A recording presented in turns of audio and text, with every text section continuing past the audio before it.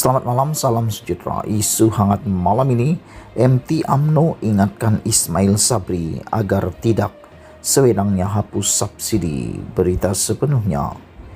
MKT UMNO mengingatkan kerajaan pimpinan Perdana Menteri Ismail Sabri Yaakob agar tidak sewenang-wenangnya menarik balik subsidi yang diberikan kepada rakyat.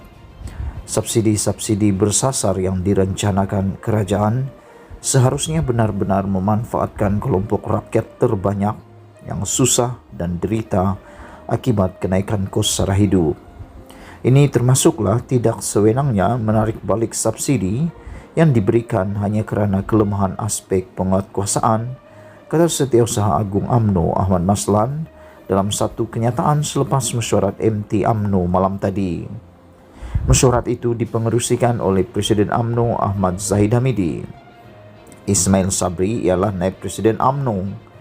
Menjelang pembentangan belanjawan 2023, kerajaan mengumumkan hasrat untuk beralih daripada subsidi menyeluruh kepada subsidi bersasar. Ini termasuklah menarik balik subsidi harga minyak masak dan petrol. Pada 21 Jun lalu, kerajaan mengumumkan akan menghapuskan subsidi minyak masak, kemasan botol dan menaikkan harga siling ayam dan telur. Dengan minyak masak dalam paket 1 kg akan terus diberi subsidi.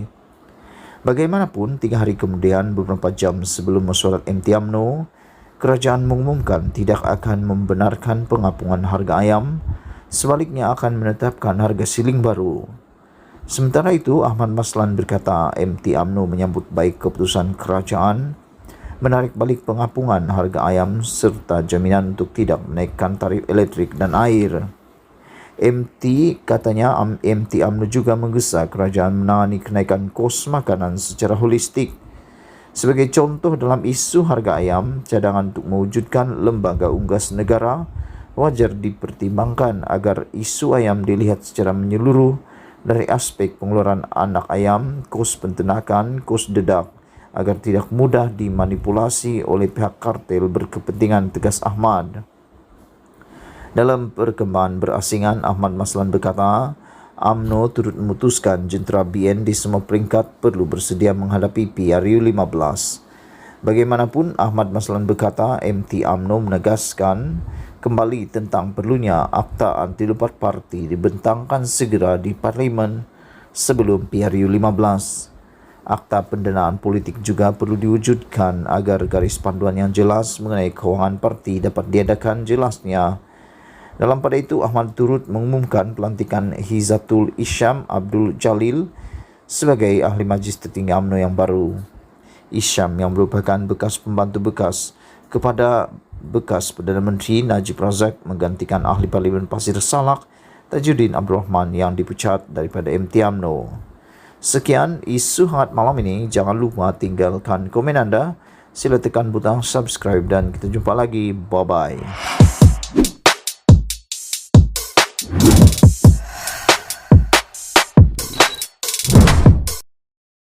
Selamat petang, salam sejahtera. Isu hangat petang ini, kecam poster boy UMNO, Nur Jazlan langgar disiplin parti. Ulasan sepenuhnya, hakikat yang barangkali tidak disedari atau sengaja diabaikan oleh orang ramai orang UMNO ialah Ismail Sabri Yaakob sebenarnya telah pun diputuskan sebagai poster boy BN untuk menghadapi PRU 15 akan datang. Pemilihannya diputuskan secara sebulat suara dalam mesyuarat MT UMNO 14 April lalu. Dengan kedudukan itu, beliau umpama model iklan bagi produk BN yang akan ditawarkan kepada rakyat untuk dipilih sebagai kerajaan. Berdasarkan hakikat itu dan pemilihan Ismail Sabri sebagai poster boy merupakan keputusan yang diputuskan oleh MT UMNO sendiri. Beliau bukan saja wajib disokong dan dilindungi oleh ahli-ahli UMNO, malah tidak harus dikecam secara terbuka.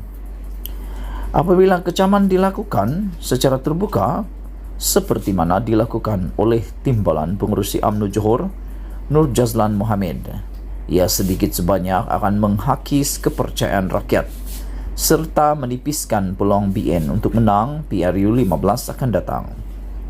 Kalau pesaing mengecam model iklan yang dipilih oleh sesebuah syarikat, ia mungkin suatu perbuatan yang dianggap normal dan boleh diterima.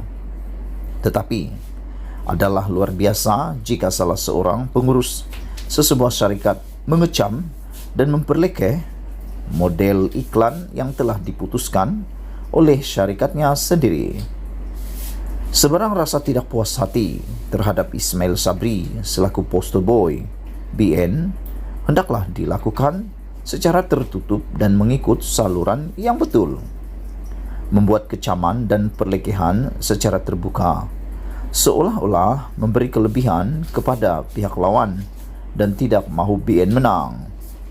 Lebih-lebih lagi, kecaman dan perlekehan Nur Jazlan dengan menyifatkan Ismail Sabri sebagai Perdana Menteri paling lemah dalam sejarah negara ini adalah suatu tuduhan serius yang memberi gambaran naib Presiden UMNO itu tidak layak serta tidak harus dipilih lagi menerajui negara. Tidakkah dengan itu ia juga bermaksud tidak mahu BN mencapai kemenangan? Apakah Nur Jazlan memang tidak mahu BN menang? Walaupun beliau mungkin berasakan perkara yang ingin dikecamnya adalah betul, Nur Jazlan tetap bersalah kerana membuat kecaman secara terbuka. Sekarang adalah fasa berperang dan mahu beroleh kemenangan. Kenapa dedahkan kelemahan dan memperlekehkan poster boy parti sendiri? Kalau orang parti sendiri menempelak poster boy sebagai Perdana Menteri paling lemah, adakah rakyat biasa dan pengundi atas pagar masih mahu mengundi BN? Berkaitan hal ini, oleh kerana semalam Presiden UMNO Ahmad Zahid Hamidi telah memecat Tajuddin Abdul Rahman sebagai MT atas kesalahan yang dikatakan melakukan sesuatu yang melanggar keputusan parti. Bagaimana pula dengan Nur Jazlan atas kecamannya yang dilakukan secara terbuka terhadap Ismail Sabri? Tidakkah mengecam dan memperlekeh secara terbuka poster boy yang diputuskan oleh MT UMNO turut merupakan satu perbuatan yang boleh dianggap melanggar disiplin parti? Sediakah Zahid Hamidi memecat Nur Jazlan sebagai timbalan pengurusi UMNO Johor? Sabuddin Hussein, 25 Jun 2022. Sekian isu hangat petang ini. Jangan lupa tinggalkan komen anda, tekan butang subscribe, dan jumpa lagi. Bye-bye.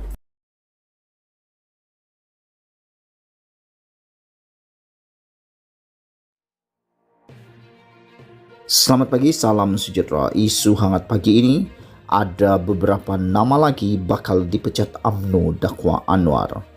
Berita sepenuhnya, UMNO bakal memecat beberapa lagi individu dalam parti itu yang dianggap sebagai musuh politik, dedah Tan Sri Anwar Musa. Ketua UMNO bahagian Ketirah itu mendakwa penyingkiran Datuk Seri Tajuddin Abdul Rahman sebagai ahli Majlis Tertinggi MT yang dibuat Presiden Datuk Seri Ahmad Zahid Hamidi hanya langkah awal kerana akan ada lagi beberapa nama yang bakal menerima nasib sama. Pemecatan demi pemecatan berlaku dan difahamkan ada lagi beberapa nama yang sudah dicap sebagai musuh politik bakal dipecat. Roda politik terus berputar, katanya menerusi satu hantaran di Facebooknya pada Jumaat. Tempat kosong Tajuddin selepas disingkir disusuli dengan lantikan terbaru Isham Jalil yang dikenali sebagai budak suruhan Datuk Seri Najib Razak. Tajuddin juga sebelum ini yang memegang jawatan pengarah pilihan raya UMNO juga dipecat Zahid. Bekas Setiausaha Agung Barisan Nasional BN yang juga dipecat Zahid sebelum ini berkata, tindakan menyingkirkan ahli MT sebelum berakhir penggal bakal membawa perpecahan dalaman parti dan menimbulkan krisis sesama sendiri. Meskipun ada peruntukan bagi Presiden memecat ahli MT yang dilantik Presiden, namun tindakan itu tidak membawa kebaikan, malah jarang dilakukan oleh mana-mana Presiden UMNO. Di bawah Tun Mahathir, Dr. Mahathir, terdapat Menteri, Timbalan Menteri dan MT yang menentang beliau secara terbuka. Namun tiada sesiapa digugurkan hanya kerana tidak menyokong Presiden, katanya. Untuk rekod, Anwar disingkirkan pada Januari lalu selepas dilihat bertentangan pendirian dengan Zahid. UMNO mengadakan mesyuarat MT malam tadi dan akan membuat ketetapan muktamad. Berhubung PRU 15, ia berkemungkinan juga memberi tekanan berterusan terhadap Perdana Menteri Ismail Sabri Yaakob. Sekian isu hangat pagi ini. Jangan lupa tinggalkan komen anda. Sila tekan butang subscribe dan kita jumpa lagi. Bye-bye.